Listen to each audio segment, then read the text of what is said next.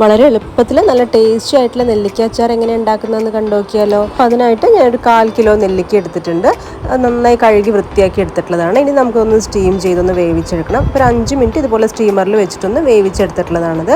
അപ്പോൾ ഇത് നന്നായി വെന്ത് ചൂടാറിയതിന് ശേഷം ഇതുപോലെ പീസസ് ആയിട്ടൊന്ന് കട്ട് ചെയ്തെടുക്കാം.